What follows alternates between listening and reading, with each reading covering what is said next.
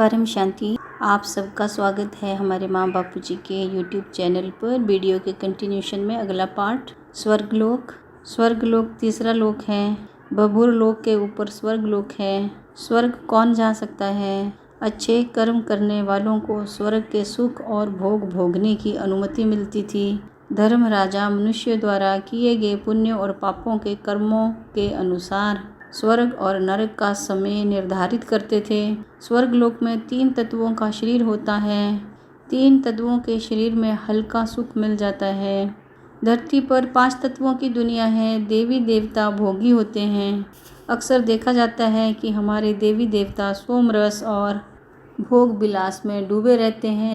देवी देवताओं का भी जब पुण्यों का खाता खत्म हो जाता है तब उनकी शक्ति कम हो जाती है और तब उनको निचले लोकों में जैसे धरती लोक में भेजा जाता है। महाज्ञानी और तपस्वी आत्माएं कभी भी इंद्र लोक का सुख नहीं चाहती हैं। मोक्ष की इच्छा रखने वाली आत्माएं स्वर्गलोक से ऊपर महालोक, जनलोक, तपलोक, ब्रह्मपुरी, विष्णुपुरी, शिवपुरी या परमधाम में चली जाती हैं। ऐसी श्रेष्ठ आत्माएं परब्रह्म परमेश्वर निराकारी निर्गुण परमात्मा में परमधाम में समा जाती हैं। आत्मा अपने अस्तित्व को खत्म कर देती है। उसी को मोक्ष अर्थात मुक्ति कहते हैं। स्वर्गलोक का एक दिन धरती पर 1 साल होता है। स्वर्गलोक को भोग लोक कहेंगे। धरती पर स्थूल माया है तो स्वर्ग में सूक्ष्म माया है। समय की गति धरती और स्वर्ग के ऊपर अलग अलग है। धरती पर मनुष्यों का 1 वर्ष स्वर्ग में देवताओं के 1 दिन बराबर है। स्वर्ग में जो सुख है वो अस्थाई है। अनंत काल का सुख स्वर्ग में नहीं मिलता। माया का अस्तित्व भूलोक से लेकर ब्रह्मपुरी तक है। स्वर्ग के देवता और धरती के मनुष्य में सिर्फ शरीर का अंतर है। देवताओं का शरीर 3 तत्वों का बना होता है और मनुष्य का शरीर 5 तत्वों का। परंतु काम, क्रोध, लोभ, मोह, घृणा, राग, द्वेष इन सभी विकारों से देवता भी मुक्त नहीं हैं। धरती लोक के मनुष्यों के समान देवता भी इन सभी विकारों से युक्त हैं। माया से वो भी अनभिज्ञ हैं। इच्छा, कामना उन्हें भी सताती है। स्वर्ग का राजा भी ब्रह्मा पद को पाना चाहता है। भूलोक ही ज्ञान प्राप्ति का एक मार्ग है। इंद्र भी आत्मा का ज्ञान प्राप्त करने के लिए प्रजापति के पास धरती लोक के आश्रम में आया था। भूलोक कर्म भूमि है और ज्ञान प्राप्ति करने के लिए श्रेष्ठ स्थान है। देवताओं को भी स्वर्गलोक में आत्मज्ञान और ब्रह्म ज्ञान नहीं मिलता है। स्वर्गलोक को भोग योनि कहेंगे। वहाँ भोग ही भोग है। धरती और स्वर्ग के समय में बहुत अंतर है। स्वर्गलोक में देवताओं के 100 साल मतलब पृथ्वी में लगभग 36,000 साल बीत जाते हैं। अपने किए हुए कर्मों के अनुसार स्वर्गलोक के बाद आत्मा को मनुष्य योनि या 84 लाख योनियों में भटकना पड़ता है। बुरे कर्मों के अनुसार आत्मा को 55 करोड़ नरक में भी भेजा जाता है। इसलिए ज्ञानी पुरुष कभी भी 3 लोकों के सुख को स्वीकार नहीं करते हैं। ज्ञानी मनुष्यों को ये ज्ञात होता है कि ब्रह्मा के 1 दिन में तीनों लोक खत्म हो जाते हैं। कल्प प्रलय में ब्रह्मा का 1 दिन होता है। धरती पर 4 युग खत्म होने पर अर्ध प्रलय होता है। ऐसे 71 अर्ध प्रलय में 1 मनवंतर पूरा होता है अर्थात धरती पर प्रलय होता है। ऐसे 14 मनवंतर पर कल्प प्रलय होता है। ब्रह्मा के 1 दिन में भूलोक, भभुरलोक, स्वर्गलोक तीनों लोक खत्म हो जाते हैं। स्वर्गलोक की भी आयु सीमित है। स्वर्गलोक से आत्मा को नीचे आना ही पड़ता है क्योंकि वहाँ ज्ञान नहीं होता। ज्ञान पाने के लिए मनुष्य को धरती पर आना पड़ता है। ऋषि मुनियों से ब्रह्म ज्ञान प्राप्त करना पड़ता है और ब्रह्मलीन परब्रह्म परमेश्वर की उपासना करनी पड़ती है। तब जाकर आत्मा मोक्ष को प्राप्त होती है। शंकराचार्य कहते हैं कि मुझे मोक्ष की भी कामना नहीं है क्योंकि ज्ञानी आत्मा की मंजिल बहुत ऊपर तक की है। वेदों के अनुसार स्वर्ग की कामना महामूर्ख लोग करते हैं। जो लोग स्वर्ग लोक के सुख को प्राप्त करने के लिए तपस्या करते हैं वो सभी लोग मूर्ख हैं।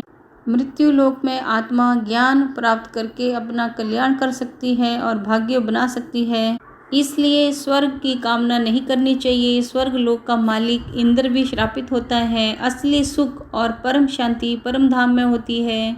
महालोक में आत्माएं स्वर्गलोक की तरह भोगी नहीं होती। यहाँ आत्माएं ज्ञानी होती हैं जो कि देवी देवताओं से भी ज़्यादा महान ज्ञानी होती हैं। जो आत्माएं जानती हैं कि स्वर्गलोक भोगलोक है और यहाँ आत्माओं का पतन होता है वो महालोक में आती हैं। यहाँ शरीर अच्छा होता है। यहाँ आत्माएं अपने अपने ग्रुप में रहती हैं और एक साथ पुरुषार्थ करती हैं। इनको ब्रह्मांड में होने वाली प्रलय के बारे में पता चल जाता है। यहाँ भी बाहर के ब्रह्मांड, गैलेक्सी आदि से आत्माएं आती हैं।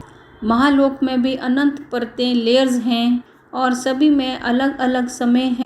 महालोक 1 करोड़ योजन यानी 10 करोड़ किलोमीटर है।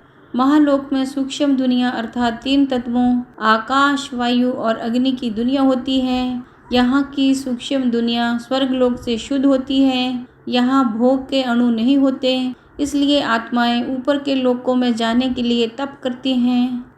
महालोक में ऋषि समान आत्माएं रहती हैं। स्त्री और पुरुष मित्रों के रूप में रहते हैं, भोगी नहीं होते, साथ में तपस्या करते हैं। जनलोक महालोक के ऊपर स्थित है और जनलोक का विस्तार 2 करोड़ योजन है। यहाँ शाश्वत प्रसिद्ध संतों का निवास है। जन शब्द का अर्थ है लोग। यहाँ पर आत्माओं की संख्या बहुत होती है, इसलिए इसे जनलोक कहते हैं। यहाँ गृहस्थ जैसा जीवन होता है। यहाँ पर पृथ्वी जैसा गृहस्थ जीवन बिताते हैं। यहाँ सर्जन भी होता है, लेकिन धरती के जैसे भोगी लोग नहीं होते। यहाँ भी आत्मा ऊपर के लोकों में जाने के लिए पुरुषार्थ करती हैं। अनेक धर्म, मठ, पंथ वाली आत्माएं यहाँ रहती हैं। जनलोक में महान गुरु और संत रहते हैं और समय समय पर वे भूलोक मतलब पृथ्वी पर मानव जाति के उत्थान के लिए अवतरित होते रहते हैं। सूक्ष्म जगत में भी अलग अलग कई परतें, लेयर्स में अपने अपने धर्म के 3 तत्वों के मंदिर, मस्जिद, चर्च और आश्रम हैं। जनलोक में पृथ्वी जैसे गांव, शहर, घर, पहाड़, नदियां आदि हैं, लेकिन सारे 3 तत्वों के हैं। यहाँ आत्मा के पास कई ब्रह्मांडों का ज्ञान होता है, लेकिन ये सब जनलोक में ही रहना चाहती हैं। यहाँ वायुमंडल पृथ्वी से हल्का होता है, इसलिए आत्माओं को थोड़ा आराम मिलता है और आत्माएं यहाँ ही रुक जाती हैं। जनलोक में एक दिन धरती के 100 साल के बराबर है। जनलोक महाकल्प प्रलय तक रहता है। यहाँ रहने वाली आत्माएं धर्मावलंबी होती हैं और विभिन्न देवताओं की उपासना करती हैं, जैसे कि विष्णु, शिव, शक्ति इत्यादि। यहाँ शक्ति की उपासना ज़्यादा करते हैं। यहाँ विभिन्न धर्म के धर्मपिता, गुरु, गोसाई रहते हैं और अपने अपने धर्म और अनुयायियों को यहाँ से मदद करते हैं एवं अपने धर्म मत को प्रचार करने का प्रयास करते हैं। तपलोक जनलोक की तुलना में 2 गुना बड़ा है। विदेव शरीर सहित विराज और कई अन्य देवता इस लोक में निवास करते हैं। तपलोक तपस्या की दुनिया है। आत्माएं यहाँ पर तपस्या करती हैं। यहाँ आत्माएं एक दूसरे को नहीं देखती। यहाँ निवास करने वाली आत्माएं अपने अपने इष्ट देव की तपस्या में लीन रहती हैं। कोई विष्णु तो कोई आदि शिव शक्ति की उपासना और तपस्या में लगी रहती हैं। तपलोक 4 करोड़ योजन का है, यानी 40 करोड़ किलोमीटर। यहाँ का एक दिन धरती के 10,000 साल बराबर है। यहाँ का वायुमंडल निचले स्तर से ज़्यादा शक्तिशाली है। जैसे आत्मा ऊपर के आयामों में जाती है, वैसे वैसे आत्मा में शक्ति बढ़ जाती है। वातावरण शक्तिशाली हो जाता है। जैसे जैसे आत्मा ऊपर जाती है, धीरे धीरे उसके शरीर से वायु तत्व का प्रभाव खत्म होता जाता है। तब शरीर में आकाश तत्व बढ़ता जाता है। आत्मा आगे के आयामों में, जैसे कि ब्रह्मपुरी, ब्रह्मलोक की ओर जाती है। ब्रह्मपुरी, सत्यलोक, ब्रह्मलोक। क्या सत्यलोक और ब्रह्मलोक एक ही हैं? लोग सत्यलोक को ही ब्रह्मपुरी कह देते हैं, लेकिन सत्यलोक ब्रह्मपुरी से नीचे है, अर्थात एक लोक में बहुत सारी परतें होती हैं। सत्यलोक ब्रह्मपुरी के निचले लोक में है। यहाँ तपस्वी आत्माएं रहती हैं। यहाँ ब्रह्मा और सरस्वती रहते हैं। ब्रह्मा द्वारा सर्जन किया जाता है। ब्रह्मांड के सर्जन के समय जब ब्रह्मा जी ने सप्त ऋषियों का सर्जन किया था, तब सप्त ऋषियों ने 7 लोकों की रचना की थी, इसलिए ये 7 लोक ब्रह्मपुरी से नीचे हैं। ब्रह्मा की आत्मा परम आकाश से बनी हुई है। आत्मा जब ब्रह्मपुरी में आती है, तब उसे सत्य की पहचान होती है, सत्य का ज्ञान होता है। ये सत्य का जगत है। यहाँ सूक्ष्म शरीर का हिसाब खत्म होता है जो आत्माएं आकाश तत्व से बनी हैं उन आत्माओं की यात्रा ब्रह्मपुरी में खत्म होती है। वह चाहे तो अपने रचयिता में विलीन हो सकती हैं।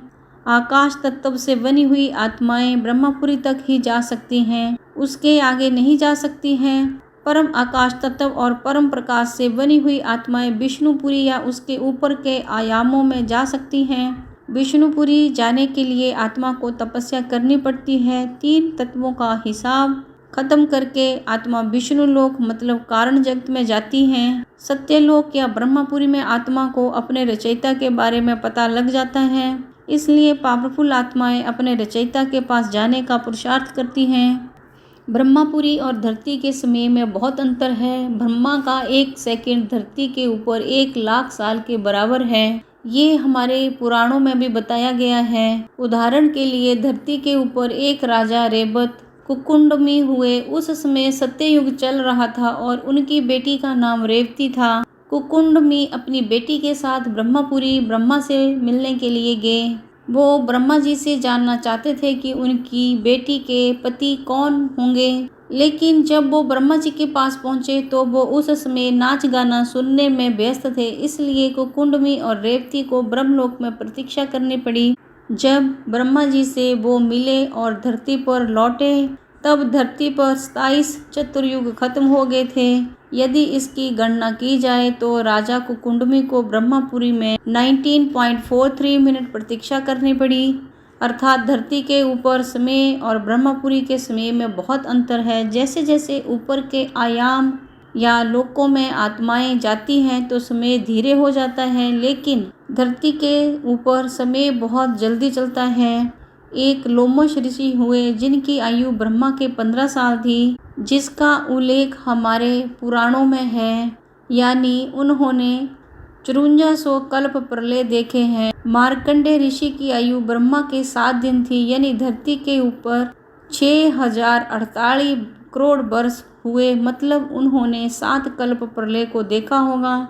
इस प्रकार समय की गति को विज्ञान में टाइम डायलेशन कहते हैं। विष्णुपुरी कारण जगत ये एक दिव्य निवास है, लेकिन ये ब्रह्मांड के अंदर है, जिसे भगवान की माया नामक ब्रह्मांडीय ऊर्जा द्वारा बनाया गया है।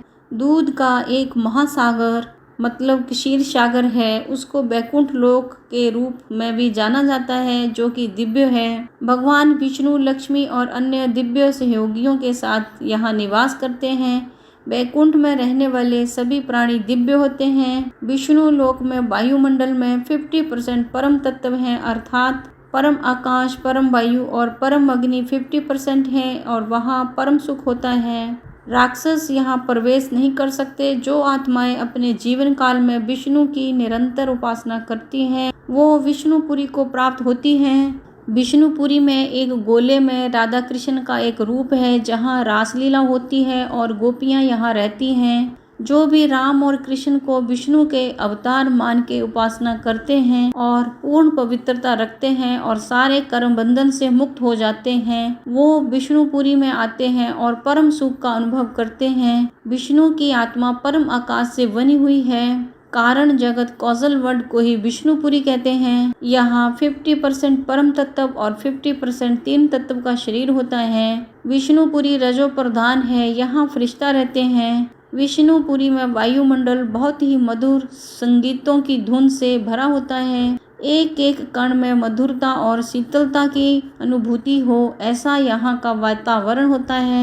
विष्णुपुरी में रहने वाली आत्माओं को पृथ्वी लोक पर क्या होने वाला है सब पता होता है। यहाँ पर कारण जगत वाली आत्माएं सूक्ष्म जगत वाली आत्माओं को दिशा देती हैं और मदद भी करती हैं।